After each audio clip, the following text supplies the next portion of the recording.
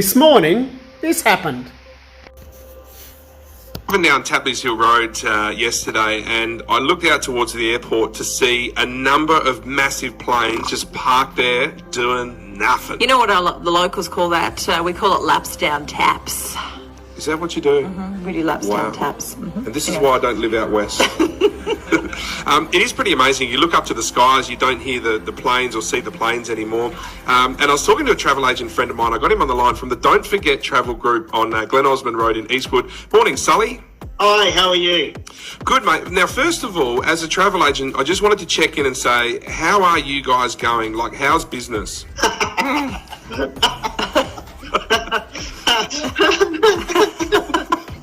Well, business at the moment is pretty, well, our life is just all about cancellations at the moment. And we're about to go into refund phase, I think. Most agents have sort of gone into hibernation, put, a lot of the staff into stand down, and a few of them have closed down their offices. So it's not a great time to be in travel. Mate, are flights still going around Australia?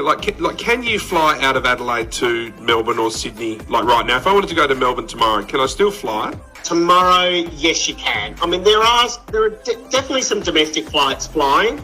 There's not a lot, but there are some. But most of the flights, they're keeping the planes in the air because there's a lot of cargo being moved around the country. There's not a lot of people on the planes. But it's like today, I think there's only 2 domestic interstate flights. There's a lot of like Rex flights or flights for the miners and those sorts of things, but not a lot of what you'd call traditional passenger flights. And what about international? Can you get anywhere in the world if you desperately needed to? Oh, that's a hard one. I mean, you could, but there are a lot of restrictions. I mean, there is an actual ban on Australian citizens leaving Australia. Unless you actually live overseas but you're on an Australian passport, then you can possibly get back to that country.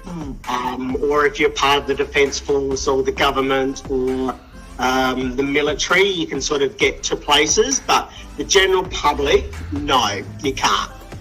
Hey, Sully, what about if I walked into the Don't Forget Travel Group today and I sat down with you and I said, mate, I want to fly to London.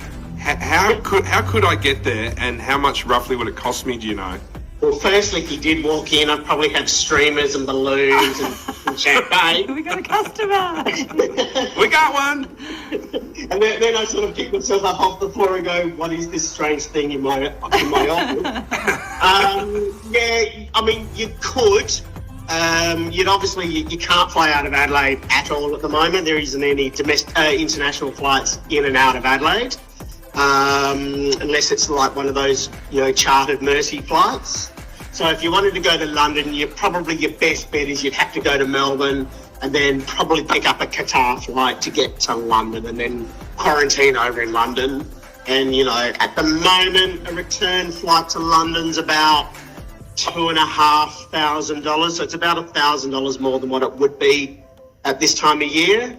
Well, mate, what I'll do is I'll talk to you off air. What I actually want is just a one-way pass, and it's a Mother's Day present for Rebecca Morse. So, thanks, mate. Good luck. Want $1,000? Just... Well, there you go.